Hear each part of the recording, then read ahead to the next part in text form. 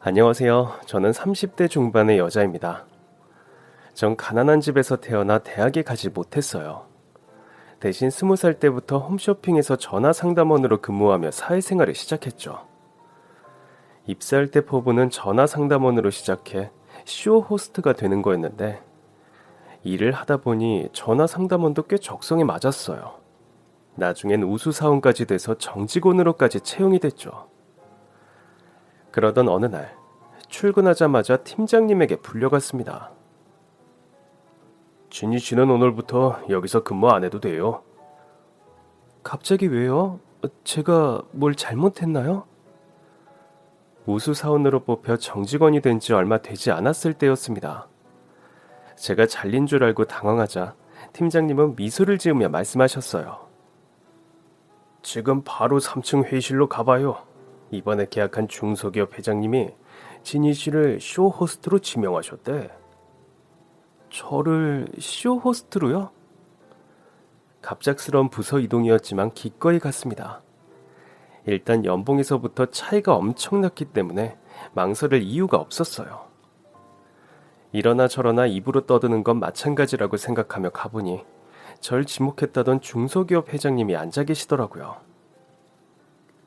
반가워요. 혹시 내 목소리 기억하시나? 인사를 나누는데 번뜩 생각이 나더라고요. 저희 홈쇼핑에서 산 김치가 맛없다고 컴플레인 거셨던 그 아저씨?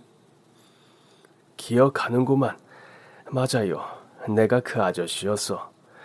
그날 날 아주 잘도 설득해서 환불을 못하게 만들었지. 어머, 죄송합니다. 저도 모르게 아저씨라고.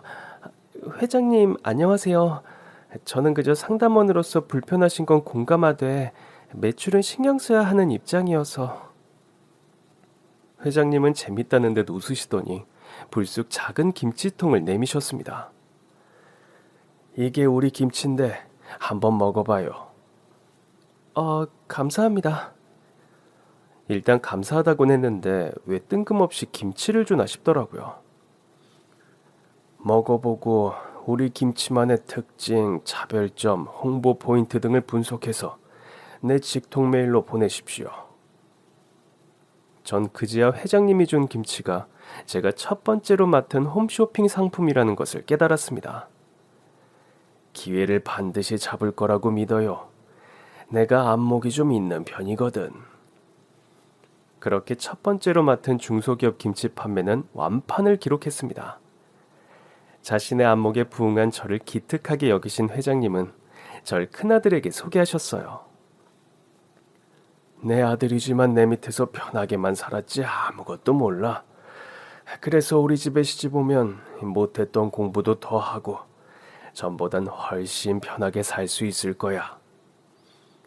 그래서 소개받은 회장님의 아들은 유쾌한 사람이었습니다. 그는 데이트 3번 만에 저에게 프로포즈를 했어요. 저도 저에게 새 인생을 선물해준 회장님과의 인연에 큰 의미를 느꼈던 거라 결혼을 승낙했죠. 그러나 회장님 넘어 시댁과의 첫 만남은 결코 순탄하지 않았습니다. 대학을 안 나왔다고? 네, 집이 좀 가난해서요. 그게 자랑이니? 에헤이, 여보. 아니, 맞는 말 아니에요? 애가 대학을 안 나와서 그런지 품위가 없잖아요. 가난하단 말을 아무렇지 않게 하고. 용기 있게 사실대로 말한 거야. 소탈한 친구고. 얘 부모가 알면 기겁할걸요? 그 부모 입장은 뭐가 돼요? 요즘은 뭐 가난하다고 대학 못 가는 시절도 아니고. 에휴. 듣고 보니 예비 시어머니의 말도 맞는 것 같았습니다. 어머니 말씀이 옳은 것 같아요. 앞으로는 주의하겠습니다. 말귀는 박네. 감사합니다. 마치 면접을 보러 간 것처럼 불편한 자리는 계속됐어요. 회장님이 바빠 자리를 비우시자 이젠 시동생까지 합세하더라고요. 아버지도 너무하시네. 아무리 사람 내면이 중요하다지만 요즘은 돈 많고 학벌 좋은 사람들이 더 착하고 자존감도 높지 않아?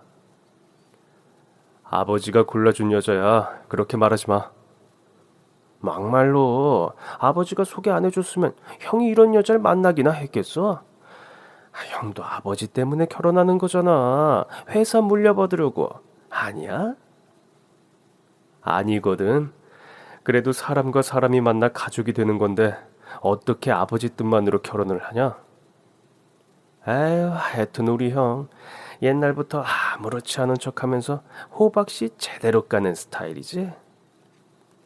분위기가 험악해지고 있던 그때였습니다. 부엌에서 예비 동서가 과일을 들고 나오더라고요. 형님, 딸기 좋아하세요? 요즘 딸기가 맛있어서 사왔는데, 혹시 멜론도 좋아하시면 제가 더 준비해 올게요.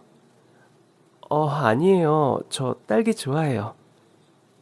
말씀 편하게 하세요. 이제 한 식구인데.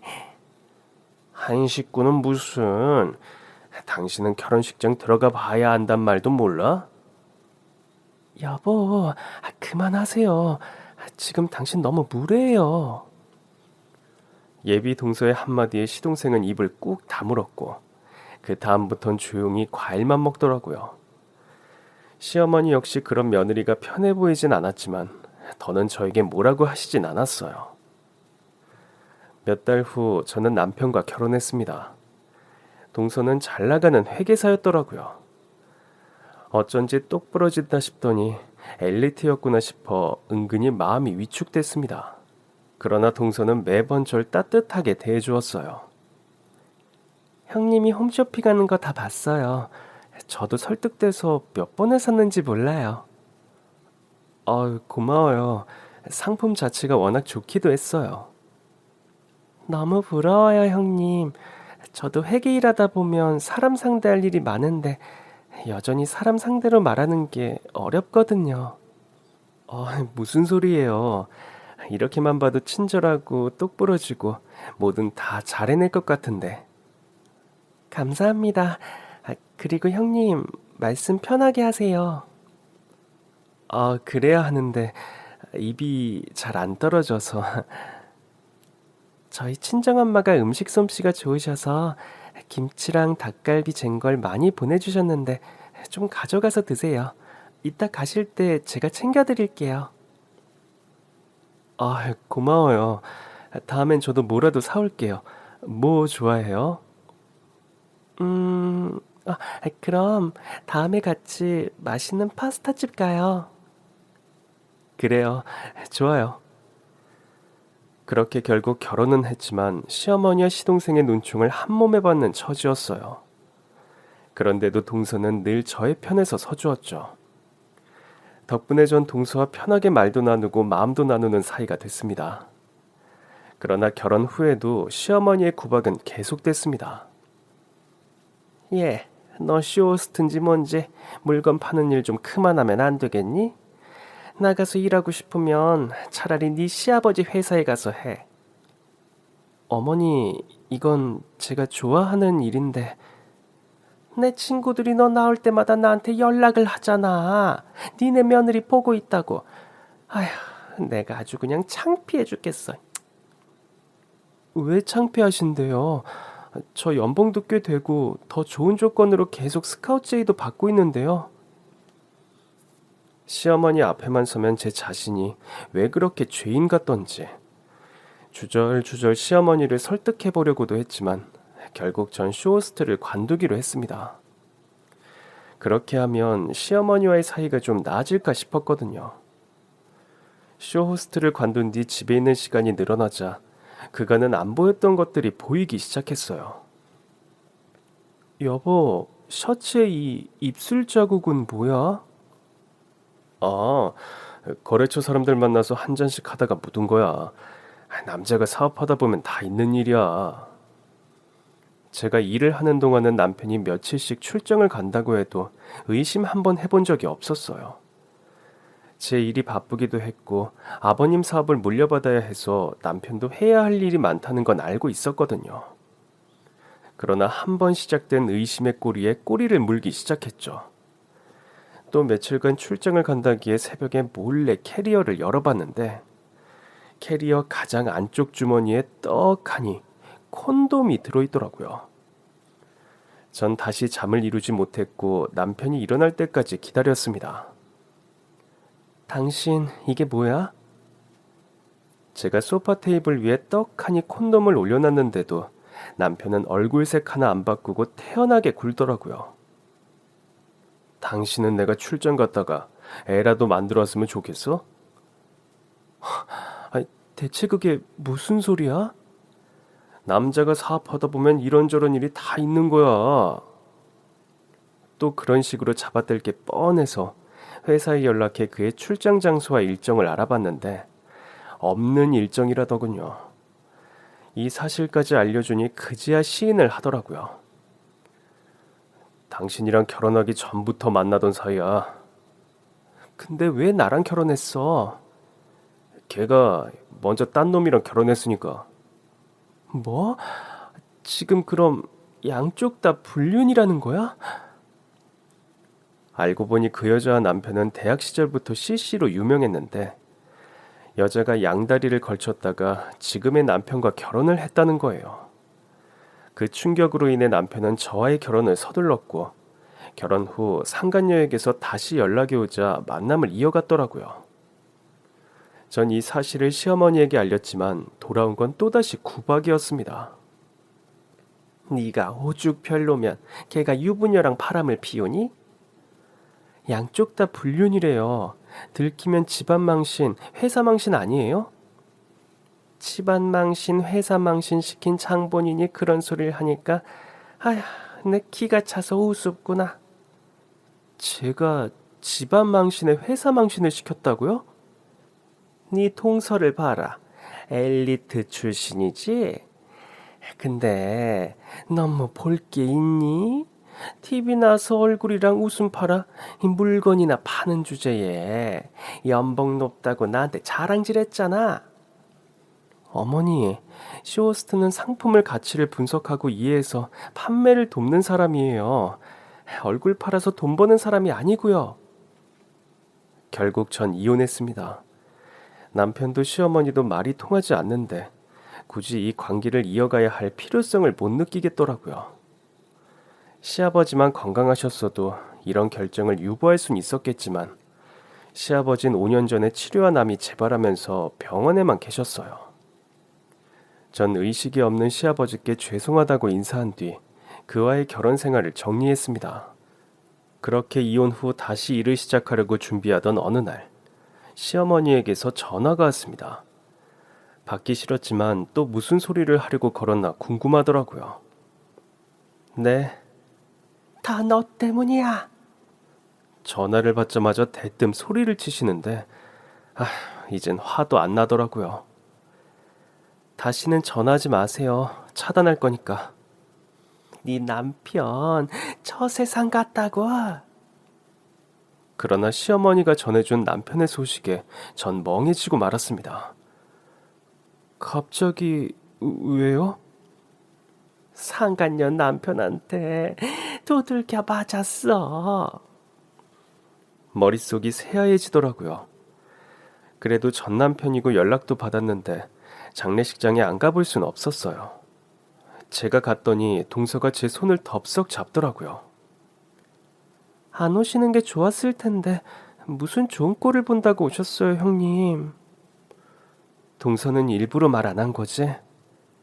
이렇게 오실까봐 말 안 했어요. 하여튼 형님도 너무 착해 빠졌어. 사실 이혼 후에도 동서와 자주 연락을 주고받고 있었거든요. 프리랜서로 쇼호스트 일을 시작하면 세금 계산도 복잡해지니까 동서에게 맡겨야겠다고 생각하던 참이었어요. 전 동서의 손을 잡은 채 장례식장 안으로 들어갔습니다. 상주로 서 있는 시동생을 보는데 어찌나 어색하던지 조문하기 위해 마주 섰는데 시동생이 절 죽일 듯이 째려보는 거예요.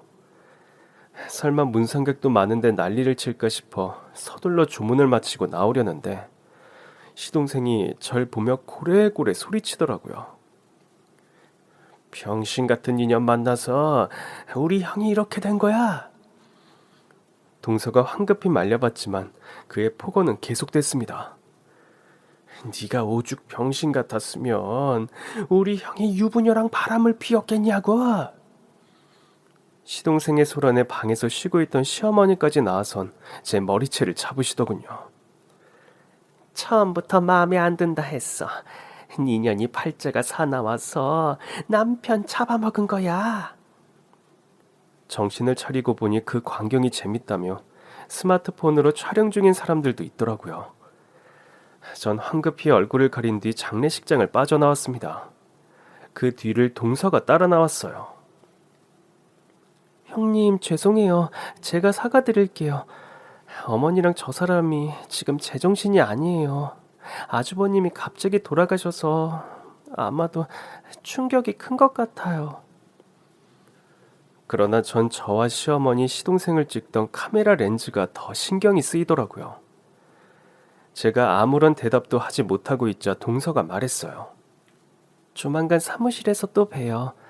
프리랜서 쇼호스트 일도 잘 되실 거니까 너무 걱정 마시고요. 형님은 실력이 있으신 분이니까 세금 일은 제가 다 책임지고 확실하게 도와드릴게요. 그러니까 여긴 이제 잊으시고 형님의 날개를 활짝 펴세요. 그러나 그날 있었던 장례식장 난동은 온갖 SNS를 통해 전파되었고 전 깨달았습니다. 쇼 호스트로서의 제 인생은 끝이 났다는 것을. 그럼에도 홈쇼핑에서 근무하며 다양한 물건을 팔았다 보니 쌓아온 인맥이 좀 있었습니다. 하루는 SNS상에 퍼진 제 영상을 보고 제가 물건을 팔아드렸던 식품업체 사장님에게 연락을 받았어요. 아니 진희씨, 대체 이게 무슨 봉변이야. 쇼호스트 인생 완전 쭉 났네. 대뜸 전화해선 불난집에 부채질하는 건가 싶던 차였습니다. 근데 그 말 알지? 위기가 기회라는 말. 내가 닭갈비 브랜드 하나 런칭하려고 준비 중인데 자기 이름 걸고 같이 개발해 볼래? 제 이름을 걸고요? 하지만 보셨다시피 지금 제 이미지가. 사람들 어차피 금방이죠. 나한테 필요한 건 노이즈 마케팅이야. 솔직히 말하면 요즘 우리 회사가 음식에서 벌레 한 번 나오고 나서부터 매출이 뚝뚝 떨어지고 있거든. 근데 자기가 쇼호스트하면서 정직하게 물건 판다고 유명했던 사람 아니야. 그러니까 자기가 우리 회사랑 협업해서 닭갈비 브랜드 하나 만들자. 막말로 이혼한 시댁과의 불화가 음식 맛이랑 무슨 상관이니? 딱 봐도 시댁 사람들이 너무 하던데. 쇼호스트계에 떠오르던 강자였던 자기가 시댁과의 불화 영상이 퍼지면서 업계에서 사라졌는데 어느 날 갑자기 닭갈비 브랜드의 대표로 등장하는 거지. 그 파트너가 우리 회사고. 자, 어때? 같이 인생 역전 스토리 한번 만들어 보자. 덕분에 전 그 닭갈비 개발에 동참했고 제가 의외로 요리에 소질이 있다는 것을 알게 됐어요. 절 이용만 해먹고 버릴 수 있다고 생각했던 사장님은 실제로 닭갈비 브랜드 사용에 대한 모든 권한을 저에게 주셨어요. 그래도 투자부터 개발까지 다 같이 해주셨는데 제가 다 갖는 건 좀. 대신 내가 대주주잖아. 원래 투자하면 지분을 가져가는 거야. 개발도 같이 해주셨잖아요. 더 많이 팔아주시면 됩니다. 그러면 제 지분의 값이 더 많이 뛸 테니까요. 사장님, 정말 제 은인이세요. 제 닭갈비 브랜드 런칭은 대성공이었습니다. 서울의 핫플레이스에 위치한 본점을 시작으로 전국 곳곳에 매장이 생겨나기 시작했어요. 체인점이 100개가 되던 날, 대주주이신 사장님이 본인 사연을 말씀해 주시더라고요. 사실 나도 시댁의 엄한 소리 다 듣고 무시당하고 오해받으면서 이혼당했거든. 지금 내 회사가 그때 이를 악물고 받아낸 위자료로 시작한 회사야. 내가 보란듯이 식품 브랜드 수십 개를 만들어내니까 그 거지 같은 것들이 연락을 다 하더라. 뭐라고 왔는데요? 돈 좀 달래. 그래도 예정이 있는데 좀 줄 수 있지 않냐고. 나한테 준 위자료만큼이라도 달라던데. 저랑 사장님은 어이가 없어서 웃음을 터뜨렸어요. 그렇게 사업이 안정 궤도에 오르자 불현듯 동서가 떠오르더라고요. 이제라도 회계 업무를 부탁해야겠다 싶어 전화를 걸었는데 없는 번호라는 거예요. 뭔가 이상해서 카톡 친구 목록에서 동서의 이름을 찾기 시작했습니다. 보통 번호는 바뀌어도 카톡 친구 목록은 남아있으니까 있지 않을까 싶었어요. 그런데 동서의 계정이 고인 계정이 돼 있더라고요. 너무 놀라서 휴대폰을 바닥에 떨어뜨렸습니다. 계정의 상태 메시지엔 동서가 떠난 날짜가 기록돼 있더라고요. 프로필 배경사진도 가족들이 바꾼 건지 주소가 적힌 납골당 사진으로 돼 있었습니다. 날짜를 따져보니 벌써 1년이 됐더라고요. 며칠 뒤 동서의 기일에 맞춰 납골당으로 향했습니다. 꽃을 사서 가는데 마음이 착잡하더라고요. 도대체 어떻게 된 일인지 물을 사람도 없었습니다. 시어머니, 시동생은 물론 시댁 소식 자체가 듣고 싶지 않아 동서와도 연락을 끊었는데 그 사이에 동서가 세상을 떠날 줄은 꿈에도 생각을 못했어요. 납골당에 도착했을 땐 웬 중년의 여성이 동서의 사진을 보며 서 있었습니다. 동서와 꼭 닮은 얼굴이 누가 봐도 동서의 어머니 같더라고요. 안녕하세요. 혹시 어머니 되시나요? 그런데요. 그쪽은 누구? 잠시 멍하니 저를 보던 동서의 어머니가 돌연 당황한 얼굴로 되물었습니다. 혹시 우리의 손윗동서 맞죠? 결혼식에서 본 것 같은데. 네, 맞아요. 이상하다. 이혼했다고 들었는데. 맞습니다. 전에 동서한테 친정 어머니가 해주신 김치랑 닭갈비도 얻어먹고 그랬는데 이제야 인사를 드리네요. 저도 우리 딸한테 얘기 들었어요. 그나저나 여긴 어떻게 알고 왔어요? 오랜만에 동서한테 연락했다가 알게 됐어요. 동서가 저한테 정말 잘해줬거든요.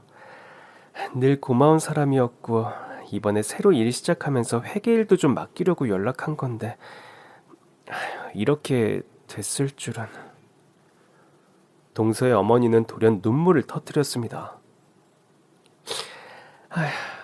내가 진짜 속상해서. 많이 힘드시죠? 자식을 잃은 부모의 슬픔을 어떻게 헤아리겠냐만 저 역시 동서의 죽음이 믿기지 않고 비통한 건 마찬가지였습니다.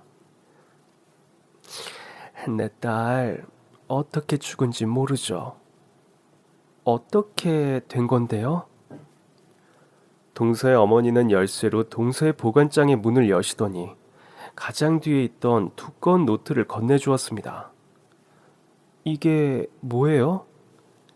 읽어봐요. 그것은 동서의 일기장이었습니다. 건네준 동서의 일기장을 펼친 순간 전 동서를 대신해 인생을 건 복수를 시작했습니다. 시댁과 인연을 끊은 건 전 남편이 죽고 몇 달이 지나서였어요. 장례식장에서 시어머니와 시동생에게 폭언을 듣던 제 영상이 퍼지자 시어머니는 저에게 전화해 당장 영상을 내리라고 고함을 쳤습니다. 어머니, 제가 올린 게 아닌데 어떻게 제가 내려요? 네 영상이잖아. 네가 내리라고 해야지. 그렇게 치면 어머니랑 서방님 영상이기도 하잖아요. 우리가 체면이 있지. 어떻게 직접 연락을 해서 영상을 내리라고 하니? 아, 그러세요? 전 체면이 없어서 안 내려도 그만입니다. 이제 진짜 연락하지 마세요. 전화 끊자마자 진짜 차단할 거니까. 전화를 끊자마자 정말로 시어머니의 번호를 차단했어요. 비로소 다 끝난 건가 싶었는데 이번엔 시동생 번호로 전화가 오더라고요. 미안한 말이지만 시동생 번호도 동서 번호도 차단했습니다. 물론 동서 번호는 나중엔 차단을 풀어놓긴 했었어요. 차단을 풀고 얼마 후에 동서에게서 전화가 오더라고요. 그러나 받지 않았습니다. 시댁에 관한 건 어떤 것도 떠올리고 싶지도 않고 알고 싶지도 않았기 때문이에요. 제가 닭갈비 브랜드 런칭 때문에 정신이 없기도 했고, 제가 하는 일에 대해서 행여나 시댁이 알게 되는 것도 싫었습니다. 그러던 어느 날, 동서에게서 카톡이 왔습니다. 형님, 저 너무 괴로워요. 갑자기 무슨 일인가 싶어 걱정은 됐지만 차마 전화는 못 하겠더라고요. 카톡도 읽기만 하고 차마 대답을 못 하고 있는데 또 카톡이 왔습니다. 보고 계시는 거죠? 답 안 하셔도 돼요. 그냥 제 하소연만 좀 들어주세요. 그렇게 저는 읽고 동서는 쓰는 그런 카톡 대화가 시작되었어요. 저희 합가했어요. 어머니가 아주버님 돌아가시고 너무 적적하시다고 해서요. 아, 형님, 제가 전에 보낸 연락도 못 보신 거죠? 시댁 때문에 저까지 차단하셨던 거 맞죠? 저 형님 마음 이해해요. 그리고 석 달 전에 아버님이 돌아가셨어요. 형님 이혼하실 때부터 의식은 없으셨잖아요. 겨우 산소호흡기로 버티시다가 결국 그래서 합가를 안 할 수가 없더라고요. 저야 뭐 어차피 매일 일하러 나가니까 합가에도 별일이야 있을까 싶었는데 그 말을 끝으로 동서는 한동안 메시지를 쓰지 않았어요. 혹시 술에 취해서 연락한 건가 생각하며 잠깐 화장실에 다녀왔는데 그 사이에 또 카톡이 왔더라고요. 괴로워요, 형님. 집안이 이렇게 난리인데 진실만 말할 수도 없고 그렇지만 진실을 묻어둘 수도 없을 것 같은데 저 어떡하죠? 동서의 메시지는 거기까지였습니다. 이후로는 연락이 없어서 그럼에도 잘 지내려니 생각만 했어요. 의미심장해 보이는 내용이었지만 어쩐지 시댁과 관련이 된 것 같은 느낌에 알고 싶지 않았거든요. 그런데 동서를 추모하기 위해 간 납골당에서 동서의 어머니께 일기장을 받은 거예요. 일기장 속엔 입이 쩍 벌어지는 내용이 가득했습니다. 아버님이 돌아가신 후 회사 공금이 남편의 차명 계좌로 송금됐다. 시어머니도 이 사실을 알고 계시는 걸까?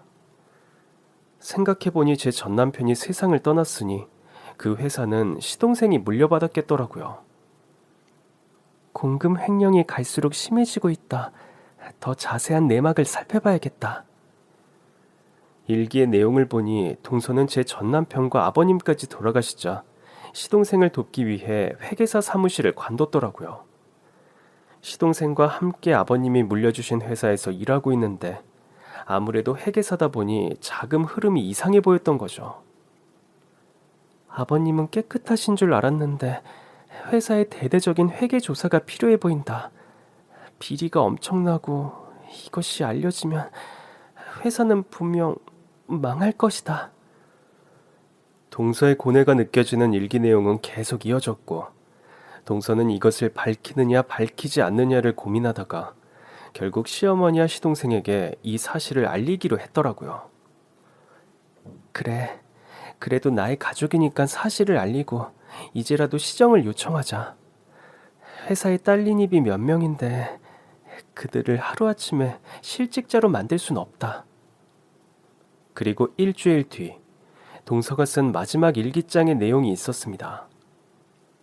남편과 어머니가 잘 해결하겠다며 자료를 달라고 하셨다. 나더러 그간 마음고생했겠다며 미안하다고 일을 해결할 때까지 지방에 있는 별장에서 쉬다 오라고 하신다. 일기에 쓰인 날짜를 보는데 동서의 기일 딱 일주일 전이었더라고요. 아무래도 느낌이 심상치 않았습니다.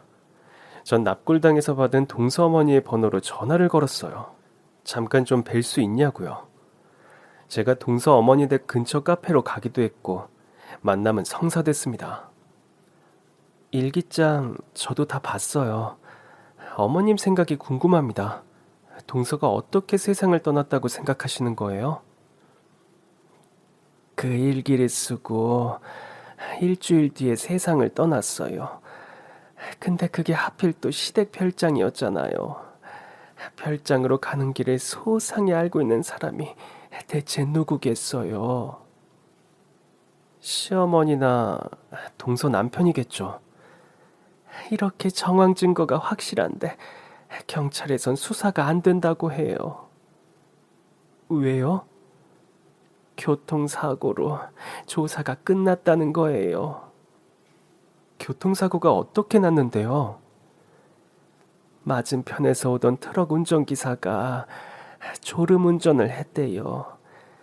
그래서 역주행을 하다가 우리 딸 차를 정면에서 받았다는데 그게 하필 바로 옆이 산비탈이었지 뭡니까? 블랙박스로 보니까 졸았다기엔 저 멀리서 멀쩡하게 자기 차선으로 오던 차가 갑자기 우리의 차가 앞에서 중앙선을 넘어오는 거예요. 그 블랙박스 영상 혹시 갖고 계세요? 동서의 어머니는 휴대폰에 저장해둔 블랙박스 영상을 저에게 보여주었습니다. 평일 낮, 지방에 있던 길이라 차도 드문 편이었습니다. 트럭이 동서의 차 바로 앞에서 중앙선을 침범하지만 않았어도 동서가 충분히 피할 수 있을 정도로 보였어요. 이것도 경찰에 보여주셨어요? 조사 시작할 때부터 경찰들도 다 봤어요. 그래서 트럭 운전기사는 처벌을 크게 받을 거라곤 하는데 이상하게 가슴이 답답하고 억울해요. 그 사람을 처벌한다고 우리 애가 살아 돌아오는 것도 아니잖아요. 에휴. 동서의 어머니는 참았던 눈물을 쏟아내셨습니다. 경찰 말이 다시 조사하려면 직접적인 증거가 필요하다는데 방법이 없겠죠. 우리 아들이 조만간 한국에 와서 다시 찾아보겠다곤 했는데. 그 외국에 계신다던. 네, 우리 딸 장례식 할 때 한 번 왔다가 일이 바빠서 바로 들어갔거든요.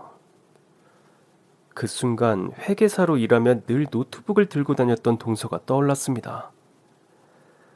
동서 노트북은 어디 있어요? 노트북이요?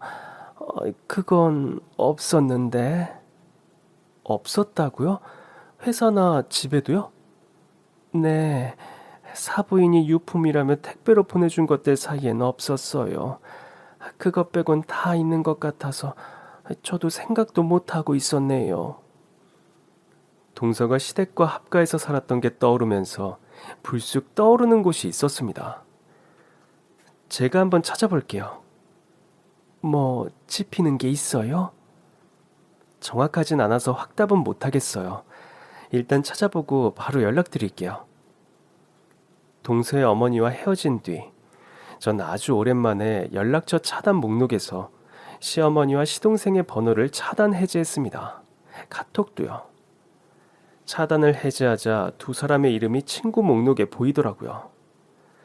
제가 차단을 해제했으면 어쩌면 그들에게도 제 이름이 보일 수 있겠다 싶어서 일부러 잘 사는 모습을 과시하는 사진으로 카톡 프로필과 배경사진을 모두 바꿨습니다.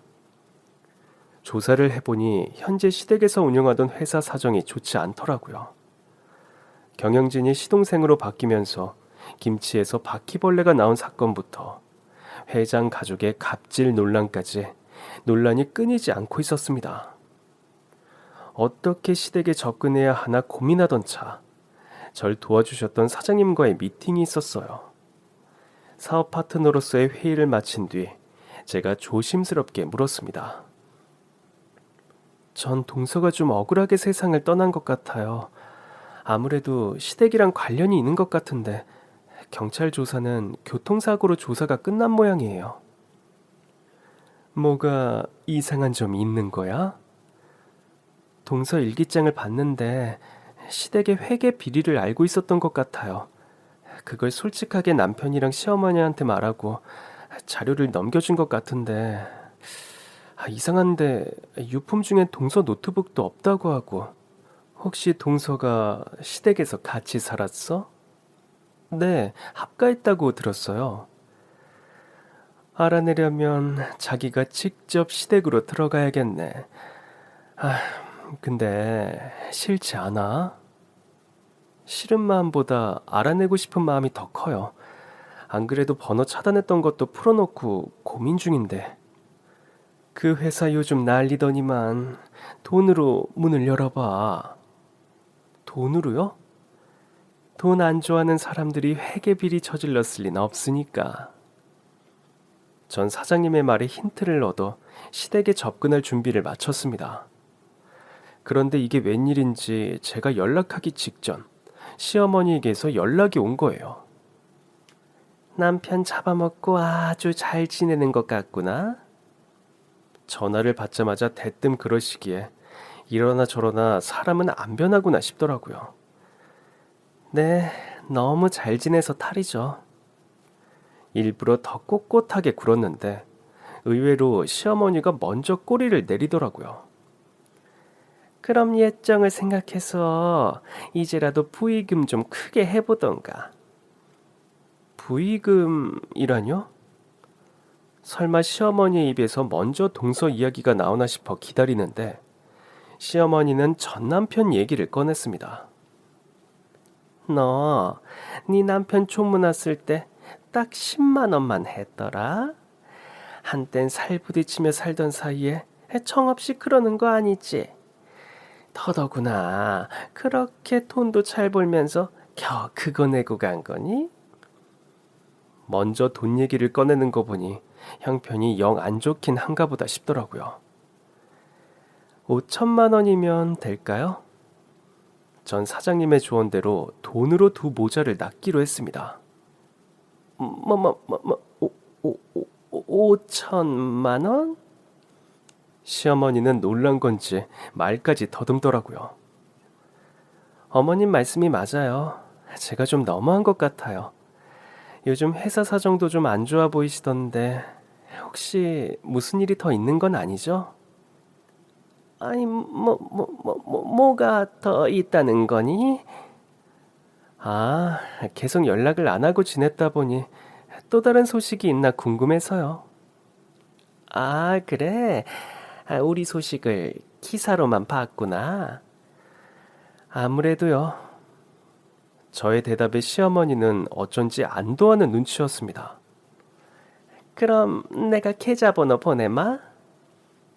근데 그건 좀 아니지 않아요?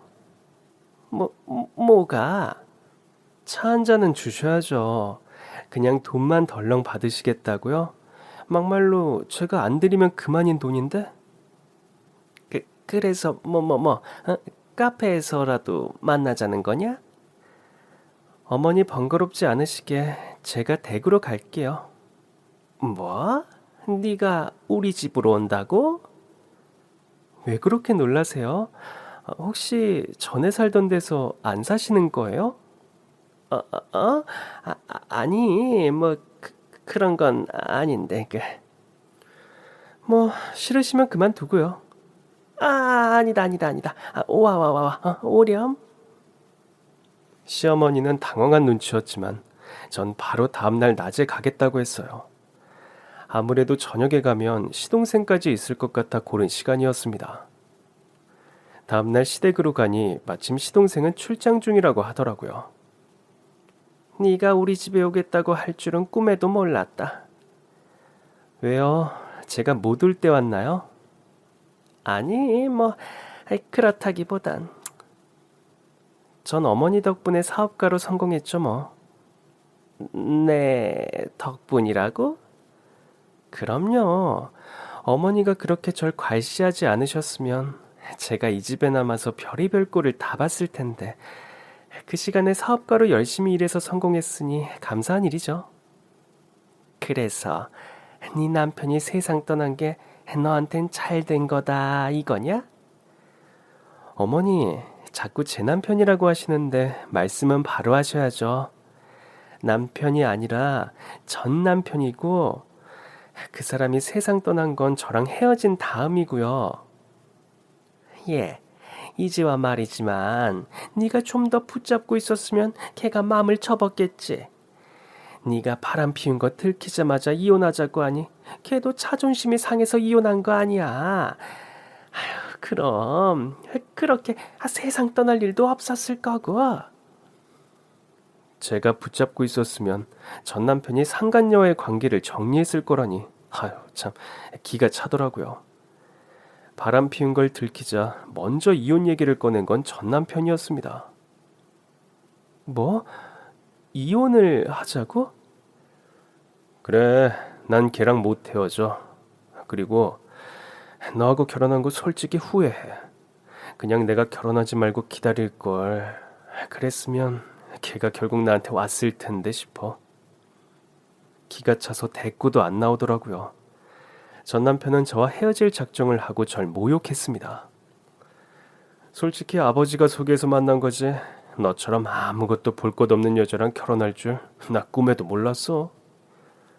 서방님이 그렇게 말했을 땐 아니라며. 결혼도 하기 전인데 그게 사실이라고 어떻게 인정해? 더더구나 아버진 내가 너랑 결혼하길 바라고 있는데. 서방님 말이 다 맞았네. 그래도 그땐 내가 네 체면 생각해서 아니라고 해줬잖아. 그래서 그걸 내가 고마워해야 하는 거니? 내 덕에 지금껏 부족한 거 없이 지냈잖아. 그러니까 이제 나 좀 놔줘. 뭐 그래, 내가 위자료도 줄게. 얼마 줄 건데? 솔직히 우리가 산 날이 긴 건 아니니까 뭐 한 5천만 원? 사람이 너무 어이가 없으니까 웃음이 나더라고요. 전 남편과 결혼해서 쇼호스트를 그만두는 바람에 벌지 못한 돈이 그보다 더 많았습니다. 그럼에도 더는 토달고 싶지 않았어요. 서류 가져와. 다만 치사하고 더럽지만 위자료를 안 받을 처지는 못 됐습니다. 그래서 이혼 서류에 도장을 찍어서 줬는데 그 인간이 어떻게 나왔는지 아세요? 바로 입을 싹 씻더라고요. 왜 위자료 입금 안 해? 위자료? 뭔 위자료? 그런 거 없이 그냥 깔끔하게 헤어지기로 한 거 아니었나? 뭐? 내가 위자료 준다고 한 증거 있어? 녹취라도 했으면 내가 인정하고. 설마 위자료 5천만 원을 떼먹을 거라곤 상상도 하지 못했습니다. 그 정도의 재력이 없는 집안도 아니었고 그래도 부부로 산 시간이 있는데 끝까지 이렇게 추할 줄은 생각도 못한 거죠. 이혼의 원인까지 제공해놓고 이렇게 나온다고? 간통죄 사라진 거 몰라? 어이가 없어서 더는 말도 섞기 싫더군요. 결국 전에 일하며 모아둔 돈으로 겨우 월세방 하나를 얻었어요. 틈틈이 아르바이트도 하면서 프리랜서로 쇼호스트 일을 하기 위해 준비를 했죠. 그날 시어머니에게 말한 5천만 원은 제가 받지 못한 위자료와 같은 금액이었습니다. 아무튼 5천만 원 주라고 한 건 일단 줘야 하지 않니? 차도 마셨고 이 정도면 얘기는 다 한 것 같은데. 왜 그렇게 당당하세요? 5천만 원 저한테 직접 맡겨두신 것도 아닌데. 전 계속해서 틈을 보고 있었습니다. 마침 일하는 아주머니가 나오시더니 장을 보러 간다고 하시더라고요. 드디어 시댁 안엔 저와 시어머니만 남은 셈이었죠. 너 이혼할 때 위자료 받았잖아. 그거 그냥 돌려준다고 생각하면 되잖아. 너 닭갈비 그거 체인점만 100개라며. 너 이혼하고 힘들 때 그 돈으로 버텼을 거 아니니? 근데 가만 보면 인터뷰할 때도 우리 얘긴 쏙 빼놨더라. 아무리 이혼을 했어도 고마운 건 고마운 거 아니니? 어머니, 설마 모르셨어요? 뭘 몰라. 네 위자료 5천만 원 그거 내 주머니에서 나온 거다. 그놈이 그거 안 갚고 갔으니까 내가 준 거나 다름없지.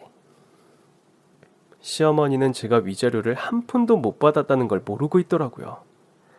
그러나 지금 중요한 건 받지 못한 위자료 5천만 원이 아니었습니다. 저 그 돈 못 받았어요. 뭐? 아니, 얘가 어디서 거짓말이야. 이제 네 남편 세상에 없다고 거짓말까지 하는 거니? 제 통장 내역 보면 다 나올 진실을 뭐하러 속이겠어요. 그 사람 그 돈 저한테 안 썼어요. 상간녀한테 썼나 보죠. 뭐? 아이, 정말이야? 전 한 푼도 못 받았고 이혼 후에도 제 힘으로 빌빌거리며 살았어요. 그러니까 인터뷰에서 언급할 것도 없었고요. 전 더 화가 난 척 자리를 박차고 일어났습니다. 도저히 안 되겠어요. 5천만 원 드리기로 한 건 없었던 일로 하죠. 아니 뭐? 그런 게 어딨어. 주기로 했으면 줘야지. 너 이렇게 치사한 애였니? 저라고 치사하지 말란 법 있어요? 어머님 아들이 한 짓을 생각하니까 제가 속이 뒤집혀서 안 되겠어요. 전 그대로 나가려고 했고 시어머니는 제 팔을 붙들고 매달렸습니다. 아유 예. 아유 우리 진짜 돈 한 푼도 없어. 외국에 차명계좌 뚫어놓은 것도 지금 처당 잡혀서 꺼내올 수도 없고 수중에 현금이 하나도 없어서 그래. 아니 내가 오죽하면 너한테 이렇게 부탁하겠니? 부탁하시는 것 같지가 않던데. 부탁하는 거야. 아이 내가 심보가 좀 고약하잖아. 그래서 그래. 전 쩔쩔매는 시어머니의 손을 매몰차게 떼어낸 뒤 말했습니다. 그럼 술상이나 좀 차려주세요. 저 육전이랑 파절이 그리고 갈비도 먹고 싶어요. 갑자기 술상? 그거라도 얻어먹어야 속 좀 풀고 제가 도와드릴 수 있을 것 같아요. 시어머니는 굳은 표정을 감추며 어색하게 웃었습니다. 그래. 그러면 아줌마 돌아오면 내가 차리라고 하마. 아니요. 어머니 솜씨 좀 보고 싶은데요. 아니, 나더러 직접 하라고? 네. 시어머니는 한눈에도 짜증이 솟구친 얼굴이었지만 전 모른 척 대답을 기다렸어요. 내가 하면 맛이 없을 텐데, 내가 솜씨가 없어서. 괜찮아요. 전 어머니가 해주신다는 거에 의미가 있다고 생각해요. 그러지 말고, 네가 닭갈비를 해서 먹는 건 어떨까? 내가 돈은 다 내마. 돈도 없으시다더니. 아유, 그 정도 돈은 내가 너한테 써야지. 5천만 원 받으실 거니까요? 아유, 뭐, 그렇지. 됐고요. 그럼 전 기다리고 있을게요. 뭐 하세요? 얼른 들어가서 준비하세요. 아니, 그럼 결국 나더러 하라는 거냐? 어머, 지금 저한테 화내시는 거예요? 아니, 그럴 리가 있겠니? 내가 너한테 어떻게 화를 내? 아니야. 그럼 얼른 주방으로 들어가세요. 전 TV나 보고 있을게요. 결국 시어머니는 울며 겨자 먹기로 부엌으로 들어갔고 안에서 뚝딱거리는 소리가 들리기에 보니까 요리를 하느라 식은땀을 뻘뻘 흘리고 있더라고요. 전 아직 갖고 있던 도우미 아주머니 번호로 보란듯이 전화를 걸어 말했습니다. 아주머니, 장 보시고 집에 가서 좀 쉬다 오세요. 큰사모님이 특별히 반차 주신다고 하네요. 제 말에 시어머니는 한 줌 남은 희망마저 잃은 얼굴로 되물었습니다. 진짜로 보냈어? 네, 어머니랑 둘이 오붓하게 있고 싶어서요. 제가 술 취해서 별의별 소리를 다 할 수도 있는데 그냥 보내는 게 낫지 않겠어요? 시어머니는 더는 뭐라 못하시고 다시 음식 준비에 매진하기 시작했습니다. 그 사이 전 TV 소리를 아주 크게 틀어놓은 뒤 조용히 지하로 내려갔습니다. 동서의 유품 중 노트북이 없었다는 것을 안 뒤 떠오른 곳이 있었어요. 바로 시댁의 지하 공간. 지하는 암호가 걸려 있어서 저도 내려가 본 적이 없었는데 전 남편의 술김에 지하실 비밀번호를 알려준 적이 있었거든요. 전 지하실로 내려가 비밀번호를 눌렀고 바로 문이 열렸습니다. 솔직히 이 집의 식구로 살 땐 딱히 궁금해 본 적이 없던 공간이었어요. 남편한테 듣기론 오래전 증조 할아버지가 쓰던 서재라고만 들었거든요. 안으로 들어가 보니 정말 서재더라고요. 시어머니 입으로 차명계좌 얘기도 했겠다. 노트북만 찾으면 딱 좋겠다 싶던 그때였습니다. 책상 위에 동서가 들고 다니던 것으로 보이는 노트북이 버젓이 올려져 있더라고요. 노트북을 열어보니 동서 이름이 뜨고 아래 비밀번호 입력창이 있었습니다.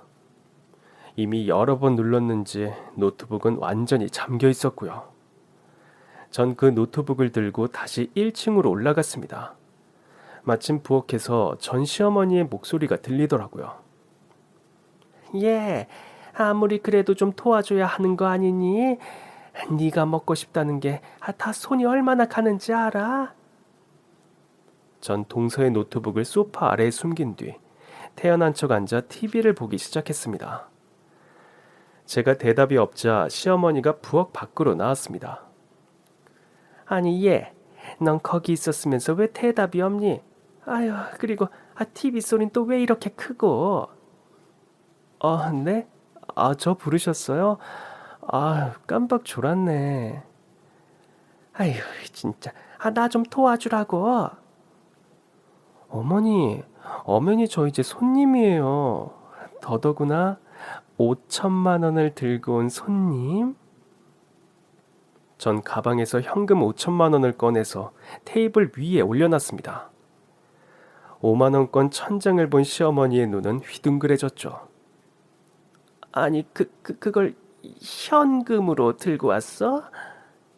그러면서 돈 있는 쪽으로 다가오기에 전 손을 들어 오지 말란 신호를 보냈습니다.